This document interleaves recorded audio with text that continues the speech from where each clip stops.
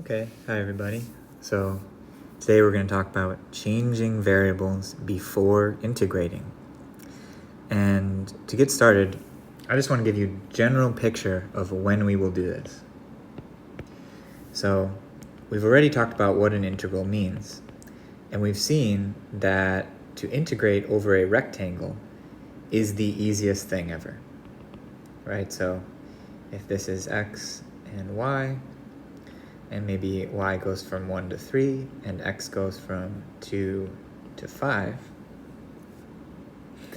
then, and if this is our region A,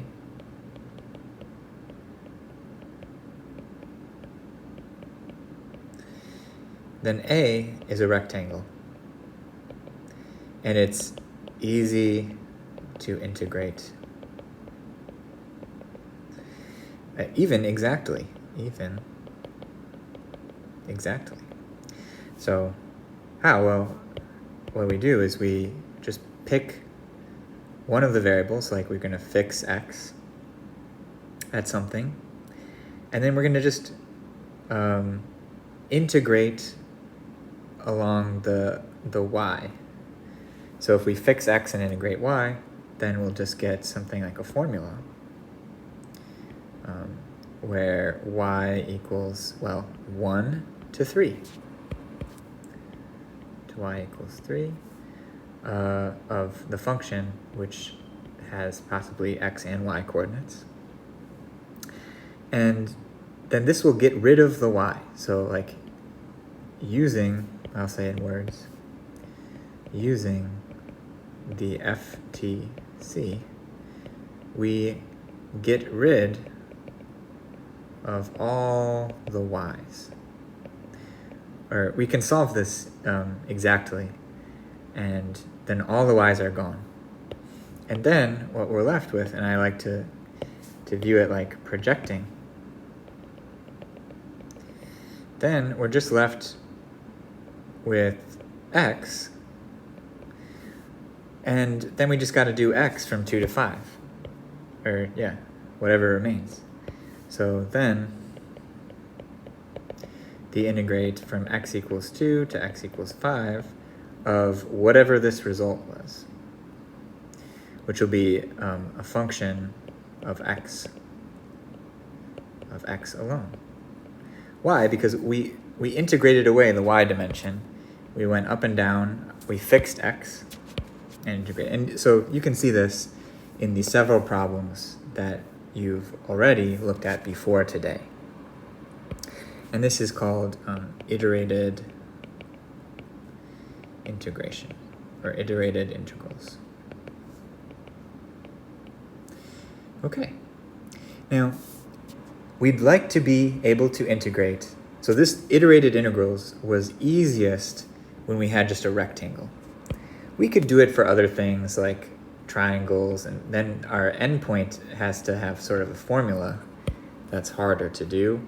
Or maybe we had a sector of a circle and then we had to split it, where we had one endpoint formula over here and another endpoint formula over here. We had to split it into two integrals, and all these gets harder for non-rectangles. But this motivates, so I say for non-rectangles. This motivates change of variables. Change variables, okay. In particular here, this will be better in polar variables or polar coordinates. You could also say change coordinates. Okay? And so this is, then all of our integrals will be easier. Integrals become easier. Okay? In other words, if we change coordinates, we can turn these things possibly into rectangles. And then rectangles are very easy to do iterated integrals and get exact answers. Okay, so that's the idea. Okay, now let's see some pictures of how this works. So maybe I'll just take this This was sort of our motivation. And now let's see some quick examples of how this works. So polar coordinates.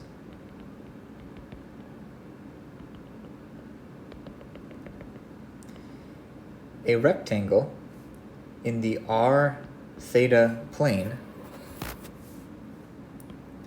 becomes via, let's call this map G.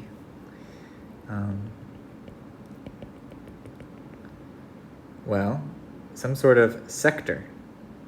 Oh, okay, let's see. So theta goes from something to something else. And so I'm picturing theta from something to something else. And then r goes from something to something else. And so I'm picturing r going like that. So this thing, a rectangle, becomes this thing, which I don't know what its name is. But anyway, this is a nonlinear map. And in fact, we know this map. It sends r theta to, and this is the map G, to r cos theta, r sine theta. And so if we want to integrate some function f that's in, say, the xy variables, xy is sent to some function f of x comma y, and this is, to the real line. The output is a number, is a real number. Maybe I'll draw this a little better. There we go. And we want to integrate that function all over this region here. This is a terrible region because, how are you going to do this? You need to do like that, and then probably there's another piece that has this endpoint to that endpoint, and then there's another piece that has this endpoint to that endpoint. This would be 3 different formulas. That's terrible. We don't want to do 3 different integrals and set them up, and we're going to make a mistake. We could go this way, and then maybe there's only 2, or maybe there's a third that we need. This is bad. So instead, we will pull back the integral and integrate some function here, okay? So let's imagine an actual function. Let's say that f, well, here, let's take x, y, and send it to, I don't know, what function. It doesn't matter, any kind of function in x and y, okay? Then what we will do is we'll do something that is called composing functions. It means string them together. Do f after g. And in a symbol, what you would write is f after g. And in Julia, this is /circ. And it will know how to do function composition, because in computers it's very important. So then, the overall function here is going to take r theta and send it to a real number. And it'll be 3 times x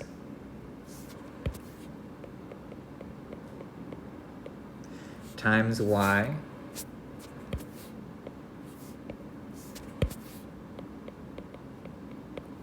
minus y.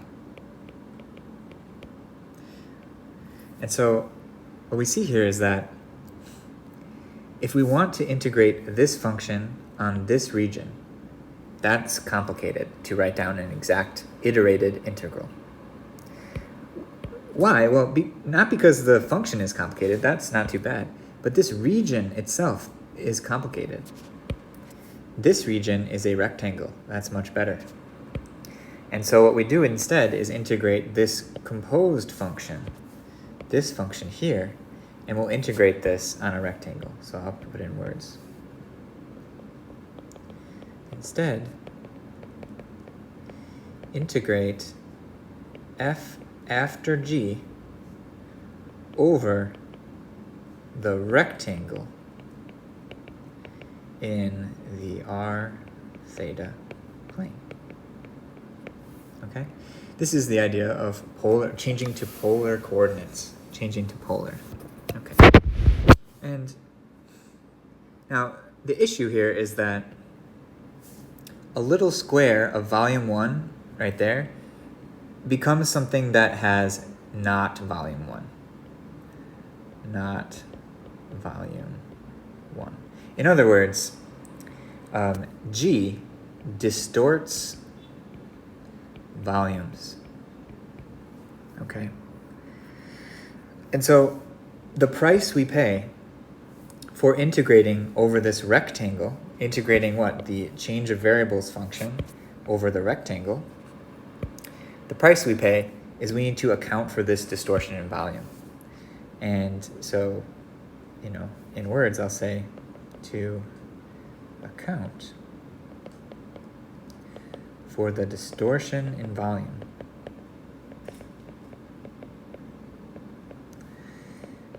We use the derivative and formula. What formula? Square root of the determinant of the Gram matrix of, well, these W1's W2, and this will be the,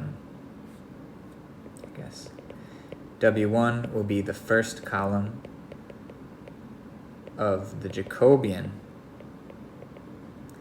of dg. G is this map that distorts volumes. Its derivative has 1, 2 columns because there are 2 input variables, namely an r and a theta, or here they are, r and theta. And we take the partial derivatives and make a 2x2 matrix, the Jacobian matrix. And this is the second column. So what you should do is watch the problem video where I talk about the Jacobian matrix and I review what this is. And I show that this will be, especially when we chop our region into smaller, smaller, smaller pieces, as these pieces get smaller and smaller, this formula will get better and better.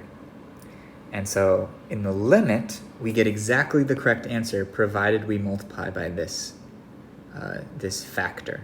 This will be the, I'll call this the change of volume factor. We multiply this. And so what we're going to do is this problem, let's take this green problem right here, and let's call this region, let's call it, I don't know, A. Or no, let's call it B, because we called the rectangle A, so B. The integral over B of the function f, and this is the amazing thing, will be equal to the integral of this pink problem right here.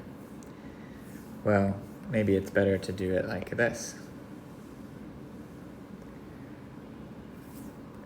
Will be equal to the integral over A, and this is A now, this rectangle, of, well, this function, this composed function, f after g, and then the volume correction factor.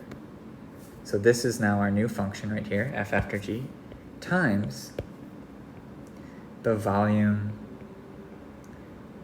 correction factor. Factor, because factor means multiplying, and that's indeed what we do. We multiply this function by this volume correction factor, which is just square root determinant Gram matrix of, we could even just say of dg, of the derivative. And what we'll do is that we'll take the columns of Jacobian of dg. The derivative of our nonlinear distorting volumes, changing variables to something that makes the region B, which is terrible and complicated, into the region A, which is easy. And this formula is what we will use to integrate. Okay? Now this formula here doesn't just work in polar coordinates. I'll call this formula star. I'll say in words. Star works also. It works in every situation that we need. So what other situations do we need? Well, let's say we want to parameterize some surface. And let's say we have our variables t1, t2, and our map G goes to three-dimensional space and gives us some surface here. So this surface here is the image of G. And then let's say we want to integrate some function, and we want to integrate the function on the surface. The exact same formula applies. So let's call the image B, and let's say we have some rectangle here, A, and what happens is A gets stretched out exactly to B. Okay? This image of G applied to A. And let's say that B is this image of G applied to A. Okay, and then our formula then is going to be that the integral we wanted, this integral, the integral over B of the function f, is equal to the integral over A, which may be a much easier region. We have to choose G so that this works. Of, well, what? Well, we need to compose the functions, so we have to do f after G, and then we need to correct for volume. And so then we'll take the volume correction, which is just, okay, so f after G, and then times the square root of the determinant of the gram matrix of columns of DG. Okay, I'm sort of abbreviating this part right here because we could make up formulas, but it's not so helpful as this. Okay, so we multiply by this volume correction factor.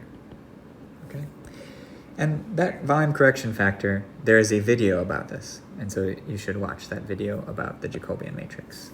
Okay, one of the problem videos. Okay. So yeah, this is also okay. I'll show you another situation where this exact same formula works. So here's another situation. This exact same formula will work. Let's say we want to integrate over a curve. So here we are in, well, let's say the plane, and there's some curve that we'd like to integrate over. Maybe we just want to integrate from here to here of this curve. And let's say it's called C. And we want to integrate the values of some function that assigns, every point on the curve gets a real number. Okay? And so we'd like to compute the integral over the curve of f. But that seems difficult because we could numerically approximate it by splitting this curve up into little pieces, picking a point on each piece, and there's a whole problem on this that you've already seen. But that's complicated. Something easier would be if we can parameterize our curve. So we need now a nonlinear map G. And it's going to be, well, from just here to here.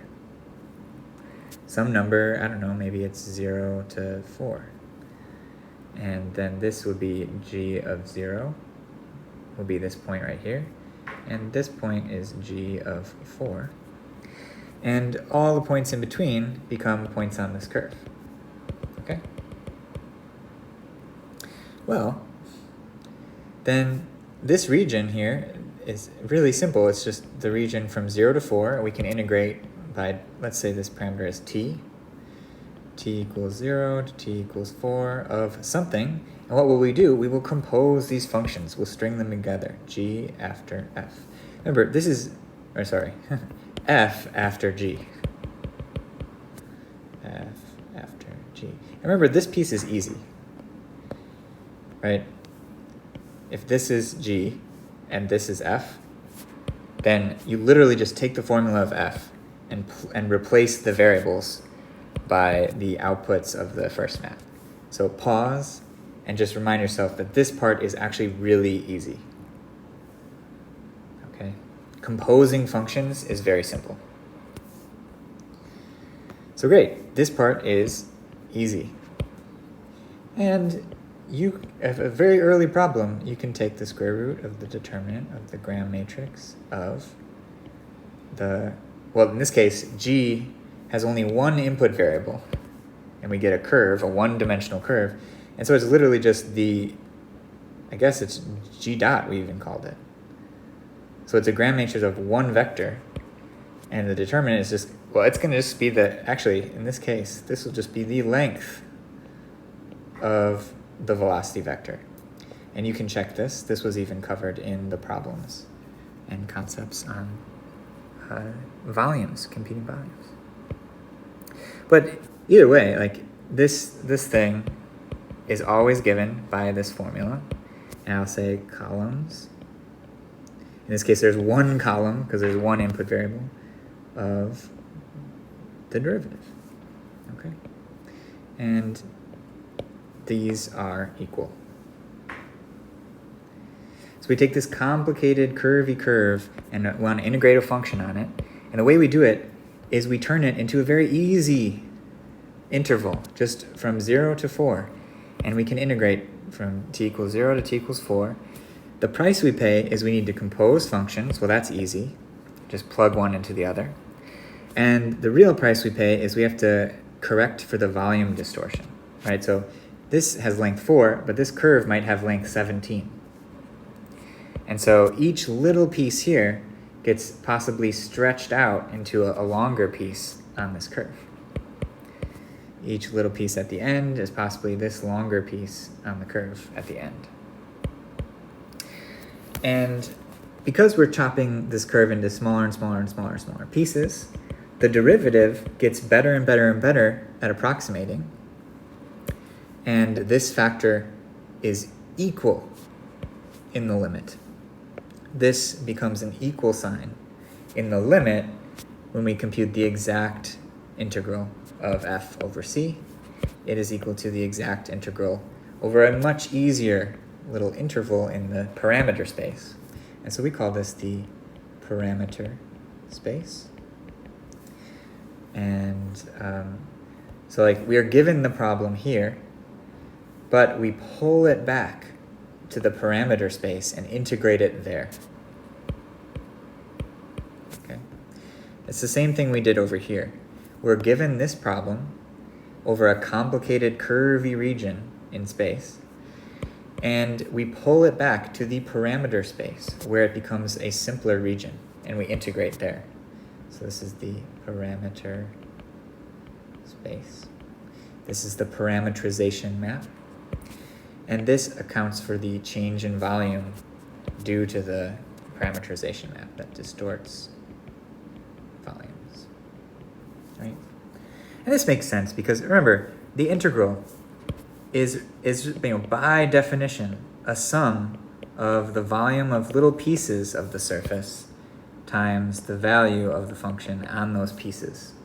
We split this into pieces, and we take the limit as these pieces go really, really small, in which case the derivative will be very, very accurate. And so this is, when you think about it, it's not at all surprising that we can do this using the derivative and gram matrix, or this formula that we've known since the beginning. Yeah. It's the same thing, like, change of variables to polar is also, r theta is really a parameter space. Or this is just one way to think about it. This is the parameterization map of, in this case, of the plane. And we integrate this hard problem by integrating an easier problem over here inside the parameter space. Okay. That's basically it. So in the problems, you will see this applied numerous times in several different ways. Now, later, we will be computing flux of vector fields through this surface. But actually, to do that, it'll just be computing a certain function, where the function is given by the dot product of the vector field with the normal vector of our surface. At each point on the surface, there's a normal vector, and at each point on the surface, there's a vector from a vector field, and we take their dot product. And that gives a number. And so, in fact, we can calculate flux by exactly this method, by just integrating some function over the surface. How will we do that? Well, we'll pull it back to the parameter space and integrate the composed function with the parameterization map, then our dot product of vector field and stuff, and then multiply by a correction factor for the volumes. Over here, we might integrate work. So at every point, there's some vector field that might be pointing in different directions. And what's the work? Well, then this function here will just take the dot product of what? Well, the vector field with the tangent vector. So the work along the curve. So at each point, we have a vector from the vector field and a vector that's a tangent vector. And we take their dot product. And that is a function. And so everything we're doing right now will be applied later in next week to vector fields, work, and flux. Okay. So in other words, to compute the work and flux is just to compute a certain specific function and integrate it over a curve. Okay, and so this is really, once you learn this, you are ready to integrate anything. Anything that involves integration you can do.